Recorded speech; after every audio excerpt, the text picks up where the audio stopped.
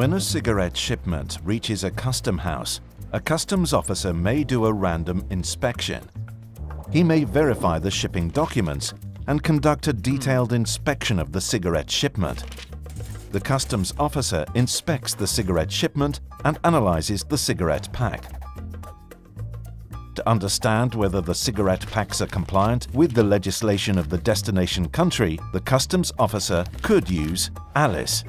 ALICE allows him to see the picture of the cigarette pack that is compliant with the legal requirements of the shipment's destination country, and to have more specific information on these requirements. If the customs officer decides that the cigarette packs are compliant with the legislation of the destination country, he could release the shipment.